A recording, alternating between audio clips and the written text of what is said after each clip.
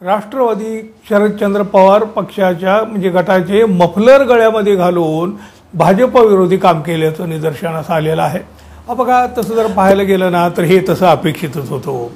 उलट अशा प्रकारच्या या कारवाईला तसा उशीरच झाला म्हणावं लागेल। भारतीय जनता पक्षाचे आमदार पण कित्येक काळापासून करीत आहेत शरद पवार यांचं काम, तुतारी वाजवण्याचं काम।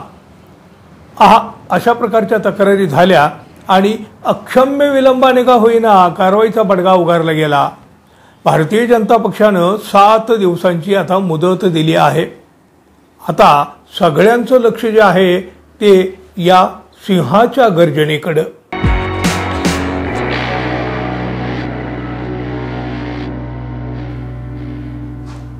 मित्रहो, नमस्कार। महाराष्ट्राच्या राजकारणामध्ये अकलूजच्या मोहिते पाटील घराण्याचा मोठा दबदबा राहिलेला आहे अगदी पूर्वीपासून। म्हणजे बघा, कधी काळी विजयसिंह मोहिते पाटील हे उपमुख्यमंत्री राहिलेले आहेत। शासनात सातत्यानं हे विजयसिंह मोहिते पाटील विविध मंत्रिपदे भूषवित राहिलेले आहेत। मोठं नाव आहे महाराष्ट्रामध्ये, दबदबाही आहे। शरद पवार यांच्यासोबत त्यांनी कायम काम केलं, पण बघा मध्यंतरीच्या काळामध्ये ते भारतीय जनता पक्षासोबत गेले। लोकसभा विधानसभा निवडणुकीत म्हणजे आता नुकत्याच झालेल्या ते पुन्हा शरद पवार यांच्यासोबत आले। त्यावेळी त्यांनी तर काय सांगितलं होतं बघा, मी कधी भाजपामध्ये प्रवेश केलेलाच नव्हता। त्यांचे पुत्र रणजितसिंह मोहिते पाटील हे मात्र यावेळी भाजपातच थांबल्या। धैर्यशील मोहिते पाटील यांनी माढा मतदारसंघामधून तुतारी वाजवली। यावेळी हे भाजपाचे आमदार असलेले रणजितसिंह मोहिते पाटील काय करणार याची अनेकांना उत्सुकता होती। त्यांनी मात्र भारतीय जनता पक्षामध्ये राहणं पसंत केलं।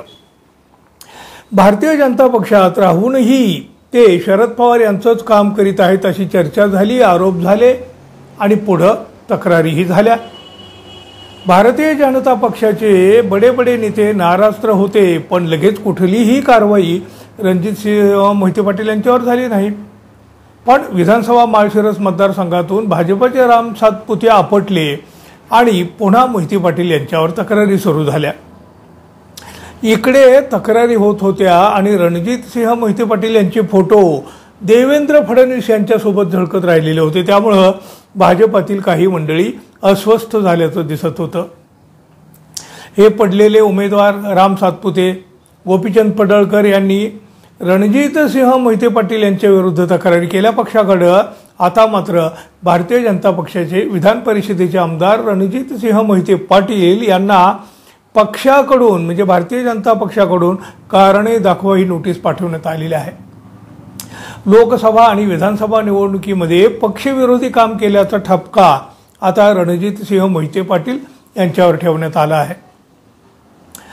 या नोटीसीवर 7 दिवसामध्ये स्पष्टीकरण देण्याचे आदेश रणजितसिंह मोहिते पाटील यांना देण्यात आलेला आहे। त्यामुळे रणजितसिंह मोहिते पाटील यावर आता काय निर्णय घेणार, कोणती भूमिका जाहीर करणार याकडे साहजिकच सर्वांचं लक्ष लागलेलं आहे।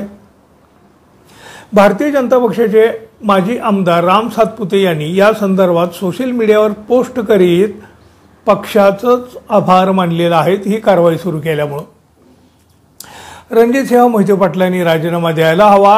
खरंच त्यांना लाज वाटत असेल ना, आपण ज्या देवाभाऊच्यामुळे माणसात आहोत, जेलमध्ये तुम्ही असता, ते देवाभाऊच्या अडचणीच्या काळामध्ये तुम्ही लोकसभेला आणि विधानसभेला विरोधामध्ये गेला असं म्हणत रणजितसिंह मोहिते पाटील यांच्यावर कारवाई करण्याची मागणी भारतीय जनता पक्षाचे आमदार गोपीचंद पडळकर यांनी केली होती। आपण भारतीय जनता पार्टीचे जबाबदार प्रतिनिधी असून पक्षशिस्त भंग करणारे कृत्य वारंवार केल्याचं निदर्शनास आलेलं आहे। अनेक विषयामध्ये निरीक्षण नोंदवण्यात आलेलं आहे। आता या नोटिसीमध्ये पुढे काय काय म्हटलंय जरा पहा। देशाचे पंतप्रधान नरेंद्र मोदी, मुख्यमंत्री देवेंद्र फडणवीस तथा केंद्रीय मंत्री नितीन गडकरी हे प्रचारासाठी माळशिरस इथं आलेले असताना सदर कार्यक्रमास आपली अनुपस्थिती होती। पुढचा मुद्दा, लोकसभा निवडणूक काळामध्ये आपल्या परिवाराने भाजपच्या विरोधात काम केल्याचे निदर्शनास आले। पत्रकार परिषदेत आपल्या परिवारातील सदस्यांनी भाजपच्या माढा आणि सोलापूर लोकसभेच्या जागा पाडण्यासंदर्भात जाहीर वक्तव्य केलेलं आहे। आपल्या कार्यकर्त्यांनी लोकसभा निवडणुकीच्या दरम्यान भाजपच्या बूथ प्रमुखांना धमकावणे, पोलिंग एजंट मिळवून न देणे असे प्रकार केल्याचे निदर्शनास आले। पाचवा मुद्दा आहे, लोकसभा निवडणुकीत मतदानाच्या दिवशी राष्ट्रवादी शरद पवार गटाच्या उमेदवारांची गळाभेट घेऊन माढा लोकसभा मतदारसंघातील जनतेला भाजपा विरोधी मतदानास प्रवृत्त केल्याचे निदर्शनास आले आहे।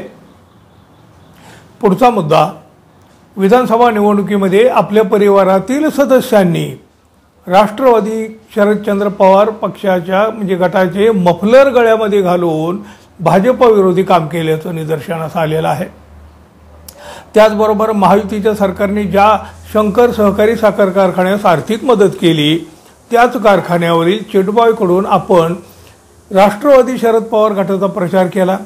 त्याचबरोबर कारखान्याच्या सिव्हिल विभागातील कर्मचाऱ्यांकडून सदाशिवनगर येथील रहिवाशांना घरोघरी जाऊन राष्ट्रवादीच्या उमेदवाराला मतदान करण्यास भाग पाडल्याचं निदर्शनास आलेलं आहे। आठवा मुद्दा बघा, पोलिंग एजंटला आपल्या कार्यकर्त्याकडून मारहाण झाल्याचं देखील निदर्शनास आलेलं आहे। हे सर्व विषय अतिशय गंभीर असून यावर आपले स्पष्टीकरण काही असल्यास पुढील 7 दिवसांमध्ये लेखी स्वरूपात सादर करावे, अशा प्रकारची नोटीस आता रणजितसिंह मोहिते पाटील यांना देण्यात आलेली आहे। बघा, तसं जर पाहायला गेलं ना तर हे तसं अपेक्षितच होतं। उलट अशा प्रकारच्या या कारवाईला तसा उशीरच झाला म्हणावं लागेल। मोहिते पाटील अशा नोटिसीला फारशी भीक घालतील असं अजिबात वाटत नाही, पण आता 7 दिवसांची मुदत आहे। मोहिते पाटील या नोटिसाला उत्तर देतात की भाजप त्यांना पक्षातून काढून टाकण्याची कारवाई करते, हे येत्या काही दिवसांमध्ये आपल्याला दिसेलच। नाहीतरी मनानं हे रणजितसिंह मोहिते पाटील आधीपासूनच शरद पवार यांच्या तंबूत दाखल झालेले आहेत ना। मोहिते पाटील यांची स्वतःची अशी एक राजकीय शक्ती आहे, ते जिकडे असतील तिकडे त्यांचा मतदार असतो। अर्थात हे पुन्हा पुन्हा दिसून आलेलं आहे, लोकांनी पाहिलेलं आहे, निकाल तसे आलेले आहेत। आता बघा, उत्सुकता एवढीच, मोहिते पाटील काय निर्णय घेणार, कारण भाजपा काय भूमिका घेईल हे त्यांच्या नोटिसीवरून दिसत आहे। येत्या काही दिवसात याचा फैसला होणार हे मात्र नक्की आहे। पाहूया काय काय होतंय ते। तोपर्यंत मित्रांनो, आपण अजून आपल्या चॅनलला सबस्क्राईब केलं नसेल तर कृपया सबस्क्राईब करावं ही अपेक्षा आहे। धन्यवाद, पुन्हा भेटू, तोपर्यंत नमस्कार।